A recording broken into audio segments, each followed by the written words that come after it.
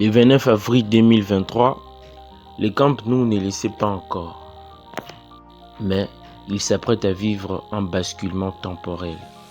On joue à la 89e minute face au Betis Séville. Le score est de 4-0, le match est plié. Pourtant, l'atmosphère change, un murmure parcourt les travées. Sur le bord de la touche, un enfant retire son chasuble. Il n'a pas de barbe, ses traits sont encore ceux d'un collégien. Et son maillot semble flotter sur ses épaules frêles. À 15 ans, 9 mois et 7 jours, Lamine Yamal s'apprête à briser un record vieux de plus d'un siècle. Mais au-delà du chiffre, c'est l'aura qui frappe.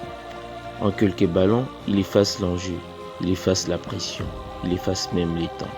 Xavi Hernandez, l'un des plus grands architectes de l'histoire du foot, dira après les matchs, il n'a peur de rien. Il a ses dons de faire la passe parfaite.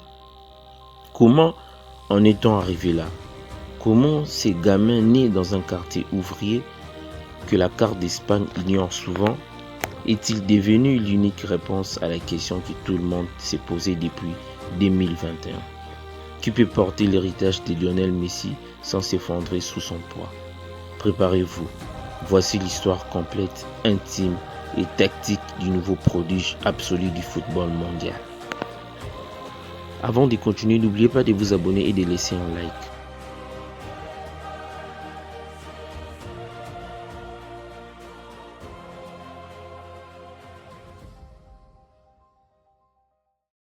Tout commence à Mataró, à environ 30 km de Barcelone, plus précisément à Rocafonda. Si vous demandez aux politiciens locaux, ils vous parleront d'un quartier sensible. Si vous demandez à Lamine, il vous montrera ses mains. C'est ce signe qu'il fait à chaque but, les 304. Ce sont les 3 derniers chiffres du code postal de son quartier. C'est sa signature, son bouclier, son identité. Fils d'un père marocain et d'une mère équato-guinéenne, Lamine grandit dans un environnement où le football n'est pas un loisir, mais un langage universel. Sur les terrains de béton du quartier, on ne siffle pas les fautes. On apprend à protéger son ballon, à feinter les plus grands, à survivre techniquement. C'est ici, entre les barres du meuble, que Lamine forge ce que les analystes appellent aujourd'hui son insolence. À 7 ans, son destin bascule. Un recruteur du Barça le repère. La légende raconte que le club n'a pas eu besoin de plus de 10 minutes pour comprendre. On l'amène à la Masia. Pour beaucoup d'enfants, c'est un rêve. Pour Lamine, c'est un déracinement. Il quitte ses parents pour vivre en internat. Chaque soir, il regarde les lumières du Camp Nou au loin, se promettant qu'un jour, ce sera sa pelouse. À la Masia, Lamine Yamal devient très vite un problème pour les entraîneurs. Pourquoi?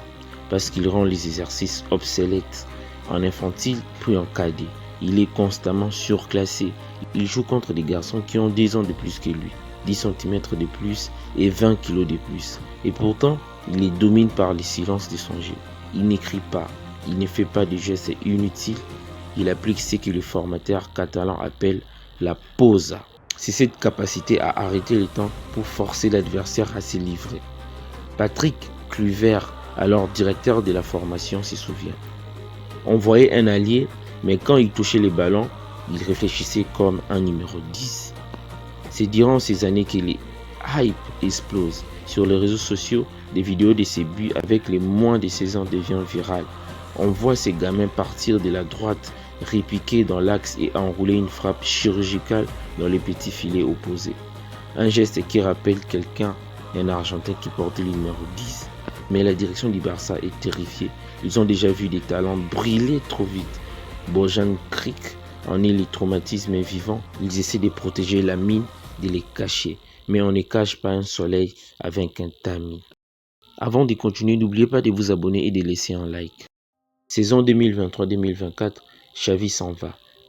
Hansi Flick arrive. L'Allemand apporte avec lui une culture de l'exigence physique et de la verticalité. Beaucoup pensent que Lamine, avec son profil de joueur d'échecs, va souffrir sous Flick. C'est tout le contraire qui se produit. Flick comprend immédiatement que Lamine est le point d'ancrage de son système. Il le place sur l'aile droite, mais lui donne une liberté totale. Lamine devient le créateur principal du Barça.